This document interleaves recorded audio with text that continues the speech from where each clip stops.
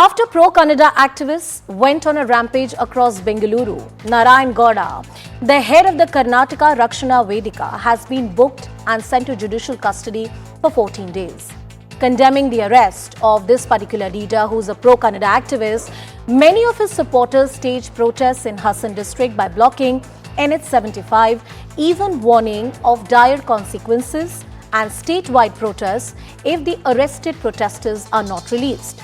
Karnataka Chief Minister Mr. Siddaramaiah also took cognizance of the matter and said that no vandals will be spared, but added that he sympathizes with the cause to promote Kannada language.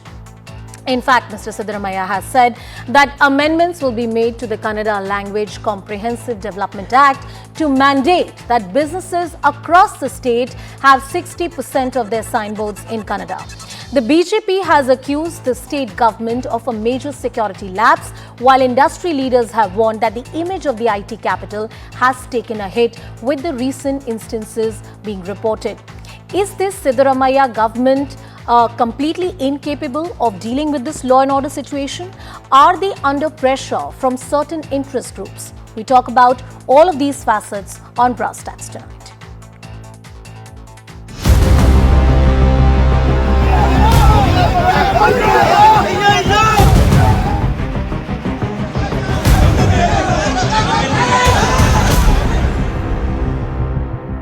ನೀವು ನಿಜವಾದ ಕನ್ನಡದ ಕಳಕಳಿ ಇದ್ರೆ ನೀವು ಸರಿಯಾದಂತ ತೀರ್ಮಾನವನ್ನು ತಗೊಳ್ಳಿ. ಇಲ್ಲದೆ ಹೋದ್ರೆ ಮುಂದೆ ಲೋಕಸಭಾ ಚುನಾವಣೆ ಬರುತ್ತೆ. ಯಾರೇ ಆದರೂ ಕೂಡ ಕಾನೂನನ್ನ ಕೈ ತಗೋಬಾರದು ಅಲ್ವಾ? ಶಾಂತಿಯುತವಾದಂಥ ಹೋರಾಟ ಮಾಡಬೇಕು, ಪ್ರತಿಭಟನೆ ಮಾಡಬೇಕು. ಅದಕ್ಕೆ ನಮ್ಮ ವಿರೋಧ ಇದೆ.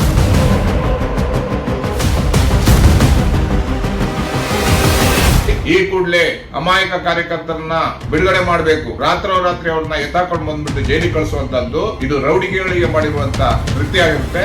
ಆದ್ರಿಂದ ಕನ್ನಡ ಹೋರಾಟಗಾರನ ಬಿಡುಗಡೆ ಮಾಡಬೇಕು. ಇಲ್ಲ ಅಂದ ಪಕ್ಷದಲ್ಲಿ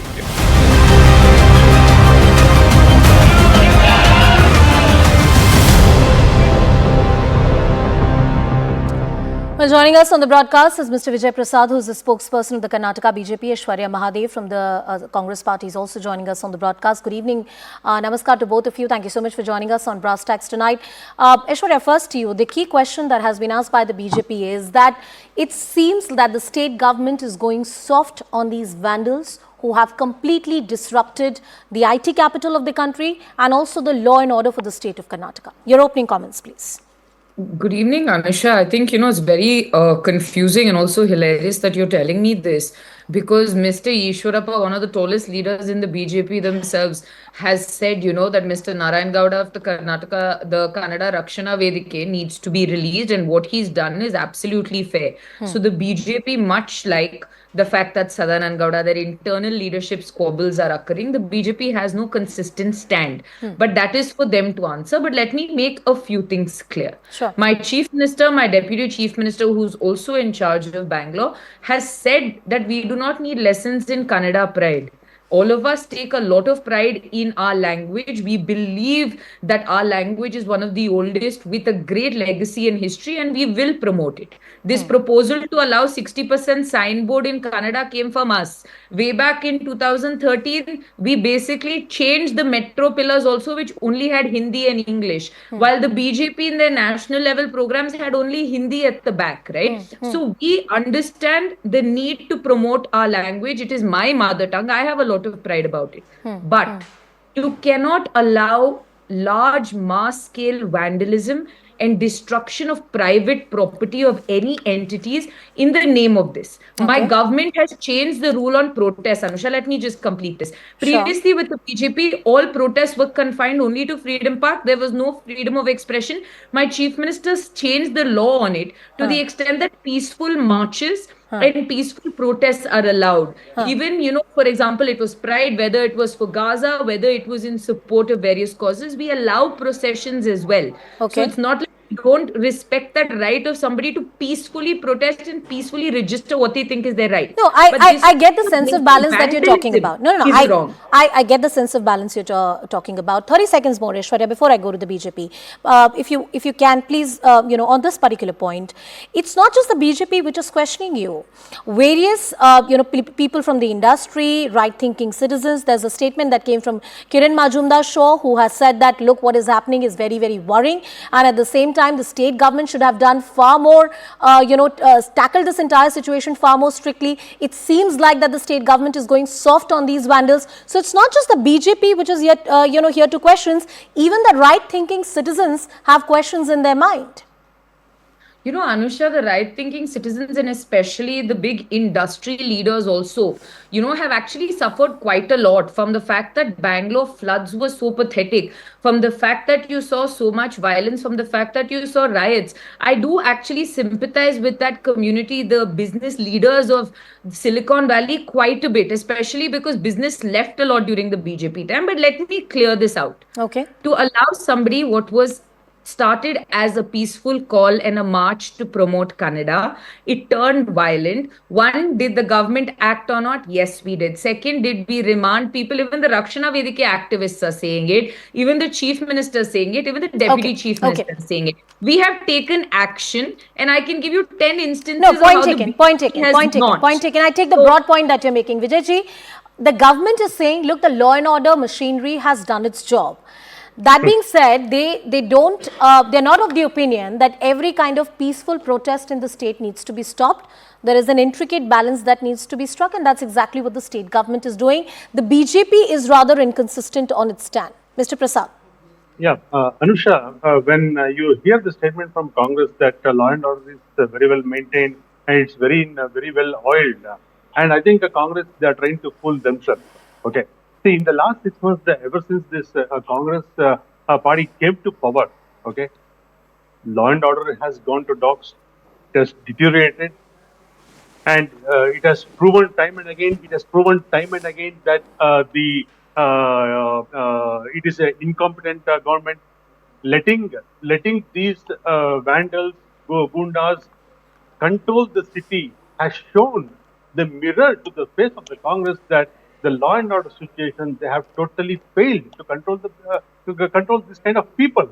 And what kind of law and order machinery they are talking about?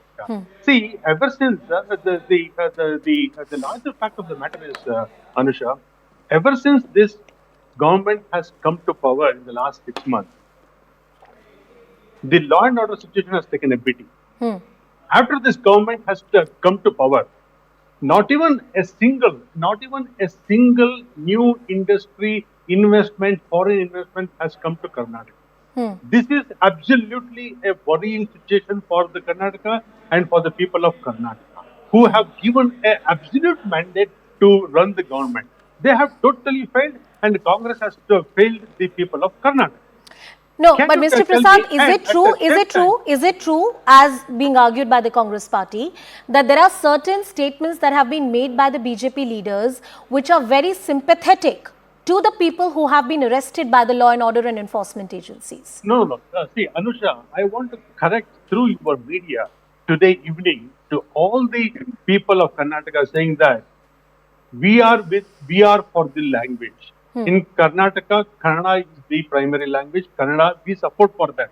But BJP as a party will not support these kind of vandalism. Let me reiterate, we do not support the vandalism, gundaism, hooligans. We support the language policy and we support for that. And if Karnataka Vedike is fighting for the Kannada cause, yes, we support that. Yes. 60-70% should be for the Kannada, and in Karnataka, Kannada should be spoken. We support that. But we will certainly not support the vandalism. But by saying this, by bringing this kind of into the picture, we are forgetting about the larger aspect, Anusha. We are the most worrying part is the investment in Karnataka has drastically come down because of these kind of instances, because the Congress's ineptness in allowing these rowdy elements in taking control of the city is most worrying. The people who wants to invest in Karnataka, they will start thinking twice. How can we invest in Karnataka when these kind of No, people and I believe, and sir, going back in time, I remember when the stage was taken over by the vandals, and there were pro and anti-hijab protests in the state of Karnataka during the BJP rule. I believe that was equally problematic. So law and order is, I believe, the fundamental aspect that you should have whenever you want investments, and the same metric applies to the Congress party as well when they are in power. My question to the Congress party is that this particular organization that we are talking about, and the people who have been arrested, you would know that, Aishwarya, that they have a history of creating law and order issue. It's not the first time that these individuals have been arrested. It's not the first time that vandalism has been resorted to in the name of promotion of a particular language, and every native language should be promoted in the right manner. The key question is, and many experts argue, that in some way the government allowed this to happen. Without the government really allowing it to happen in a certain way, this wasn't possible, because it happened on a large scale in a city like Bengaluru, where the law and order, where the police enforcement agencies are always on a high alert. Anusha, before I answer that, I have a few responses to the BJP, right? This is from the Kannada portal of CNN News 18 themselves, where Ishwarappa says Narayan Gowda ಅವರನ್ನ ಬಂಧಿಸಿರೋದು ಖಂಡಿಸ್ತೀನಿ ಎಂದು ಬೆಂಗಳೂರಲ್ಲಿ ಈಶ್ವರಪ್ಪ ಹೇಳಿದ್ದಾರೆ, which means he condemns the arrest of this man whose organization has vandalized what is happening. I'm sure the organization has a different stand, because the sort of opposition to the state president Vijendra is up and about in all the media that we know. One. Second, when he talks about the crimes and law and order situation, let me give you a few statistics. Okay. NCRB 2022 data tells me there is 46% increase in crimes against children in Karnataka, 50% increase in cyber crimes, 86% increase in crimes against senior citizens, and over 34% increase in crimes against women. So if you tell me you were ruling, you had a double engine, and this was the situation, you're hardly anybody to comment. And if you're talking about Invest Karnataka, Anusha, I do not give rhetoric. I have no ad hominems. I will give you facts. All you have to do is go look at what Mr. Priyank Kharge and what Mr. MB Patil have been doing as respective ministers, whether it was Apple, whether it was Ola, whether it is startup incubators, whether it is Invest Karnataka. I'll come to you, sir. I'll come to you, sir. We have basically had unprecedented amount in 3 days of sir becoming a minister, Mr. Kharge and Mr. MB Patil. We bought back Mr. Apple's DK Shivkumar is also on record to say that because of the state-sponsored schemes that we have announced, we don't have money for development. That's also on record. Clarification on that, and that debate that I had there went back again. But if you really, and you are very, very aware of your facts. If you go look at the fiscal situation in my state, if you look at the fiscal deficit, and if you look at the fiscal responsibility, the Management Act, you realize we're well within limit, right? And because again, I didn't have 40,000 crores being looted the way that it was during COVID by the BJP, and BJP's own Yatnal is saying this. I have to take a response from the BJP. Anusha, I will answer the last part of your question. 30 seconds. 30 seconds. Last 30 seconds to the Congress, then Mr. Prasad coming to you. Yes, Aishwarya. Anusha, to at any point say my state and my government has sponsored any of this violence is absolutely condemnable. It is not like us where during hijab protests we allowed people to go beat up people. It is not like us to detain environmental activists. But Aishwarya, I remember that time the Congress party said that without the BJP really allowing this couldn't have happened. And I believe today the same logic holds for the Congress also. No, Mr. Vijay Prasad. Mr. Vijay Prasad.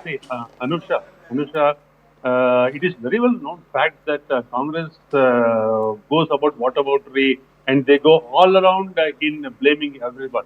So they say in the third day. Let him finish. Mr. Prasad. Yes. Okay.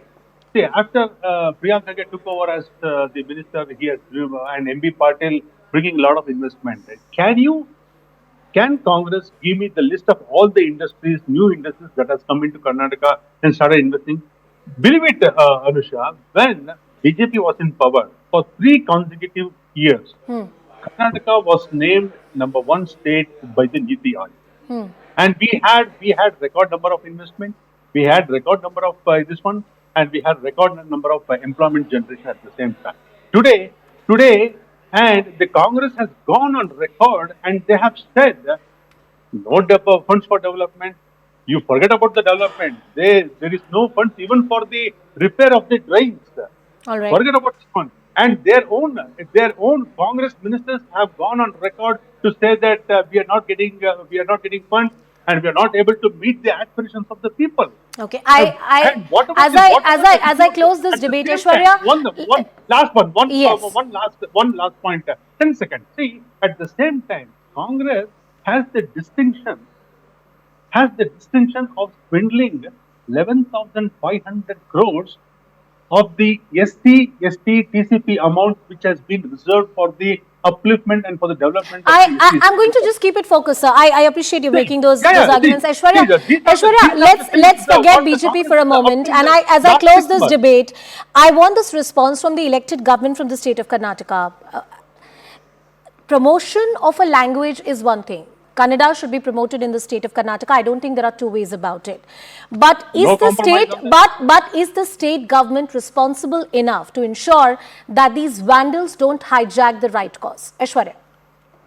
You know, Anusha, first and foremost, Kannada is nobody's singular property. It is not Kannada Rakshana Vedike, it is nobody, right? It belongs to every single Kannadiga, crores and crores of Kannadigas here, me as much as Mr. Vijay Prasad.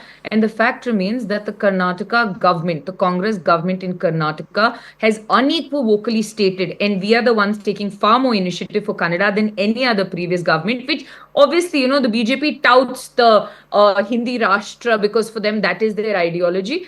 For us, we have worked more to promote Stick to the Kannada. point, Raj. Nobody Stick to the should point. hijack, sir. I didn't interrupt you. Make your point, Nobody Ashwin. has Yeah. the right to hijack, one, a cause for language. Second, all of us are together in the fight to promote Kannada, including when it came to our syllabus. And lastly, any sort of vandalism, any sort of destruction of property in the name of fighting for a cause is equally and largely condemnable and has been condemned by my leadership. And there is I peaceful hope right for you to that there is protest. no kid You glove cannot treatment be which is violent. meted out to bullies. I think that's the most important thing that we need to highlight here, that you may stand up for a cause and you might demand it through a peaceful protest, but there should not be any soft treatment for individuals and organizations who bully their point of view in this manner. Thank you, Aishwarya and Mr. Prasad, for